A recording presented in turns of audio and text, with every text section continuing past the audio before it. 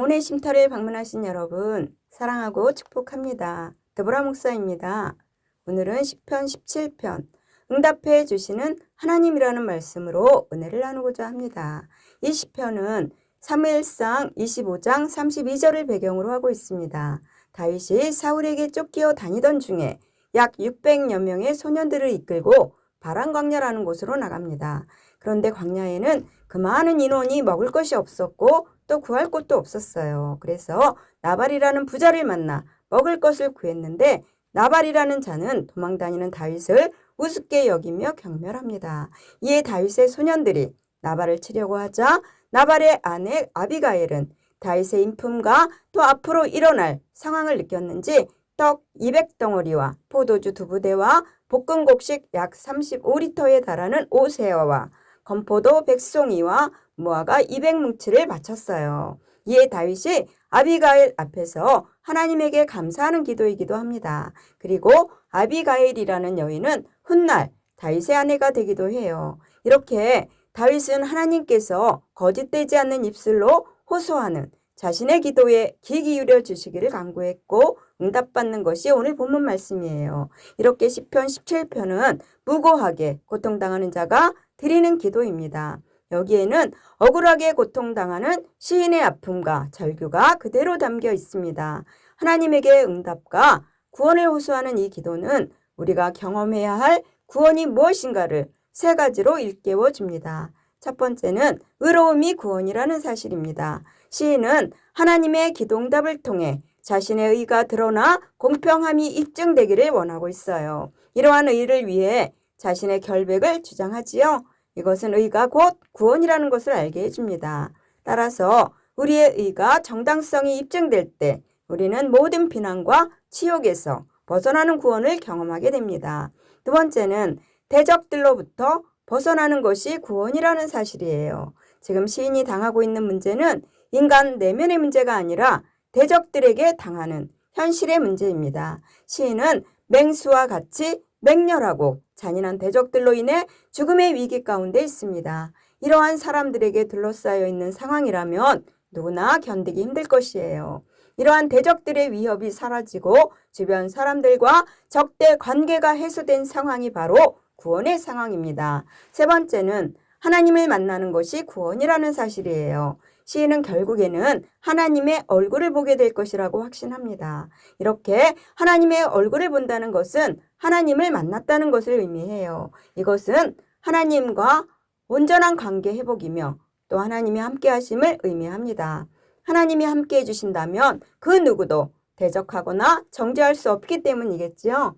그러므로 아무리 힘들고 어둠과 죽음의 기나긴 밤을 지나고 있더라도 우리는 하나님의 얼굴을 보므로 구원받고 만족하게 될 것입니다. 하나님은 우리를 지켜보고 계십니다. 하나님은 우리의 약함과 아픔을 속속들이 아시는 분이세요. 그리고 우리가 기도할 때 하나님은 우리를 위해 일어나십니다. 그러나 하나님에게 간구할 때 필요한 것이 있는데 바로 의로움입니다. 만약 우리가 의롭게 행하지 않은 채 하나님께 도와달라고 간구한다면 하나님께서 응답하실까요? 응답하시지 않겠지요? 본문 말씀입니다. 1절에서 여호와여 의의 호소를 들으소서라고 시작합니다. 그리고는 울부짖으며 자신이 드리는 호소를 들어달라고 간청합니다. 그가 하나님께 이렇게 호소할 수 있었던 이유는 그의 의로운 삶을 살았기 때문이에요. 감히 하나님에게 자신을 재판해 달라고 요청할 정도예요. 의인의 간구는 힘이 있어요. 그리고 하나님은 의인의 기도에 응답하시는 이유는 하나님이 의로우신 분이기 때문입니다. 5절은 나의 걸음이 주의 길을 지키고 실족하지 아니했다고 말씀합니다. 하나님의 길을 가려는 사람은 많아요. 실제로 그 길을 묵묵히 걸어가는 사람은 적다는 것입니다. 예수님의 능력을 보고 말씀이 좋아서 호기심 때문에 수많은 사람들이 그 앞에 섰지만 정작 그 길을 조금 걷다가는 너무 힘들어서 포기합니다. 그래서 예수님은 우리의 연약함을 도우시는 성령을 약속한 것입니다. 그 약속대로 지금 성령님이 우리 안에 계셔서 우리가 그 길을 갈 수 있도록 이끌어 주십니다. 8절은 나를 눈동자같이 지키시고 주의 날개 그늘 아래에 감추시는 하나님은 우리를 원수에게서 벗어나게 하십니다.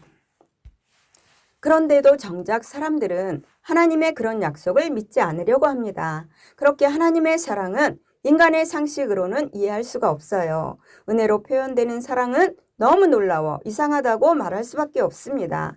상식적으로 우리는 세상에서 미움과 박해를 받고 벌써 죽은 사람처럼 엎드려져 있어야 했지만 실제로는 승리와 평안을 누리며 살아갑니다. 하나님의 은혜는 우리를 죽은 자가 아닌 세상을 이긴 자로 변화시켜 주셨습니다.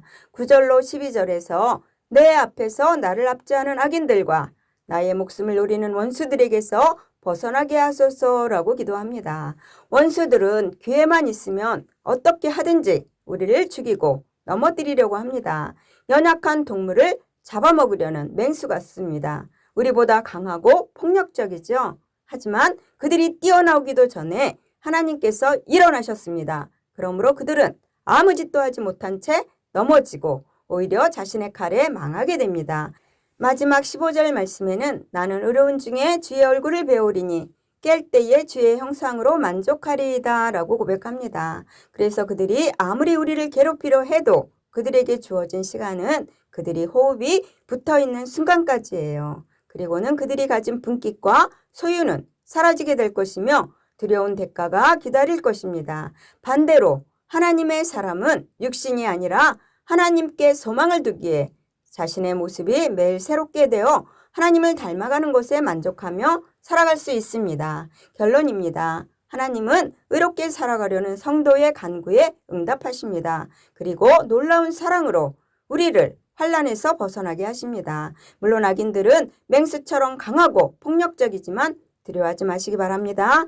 우리의 기도에 응답하신 여호와 하나님은 전지전능하신 분이시기 때문이에요. 영혼의 심타를 사랑하시는 여러분도 오직 하나님을 의뢰함으로 의지함으로 모든 환난에서 승리하시기를 예수님의 이름으로 축원합니다.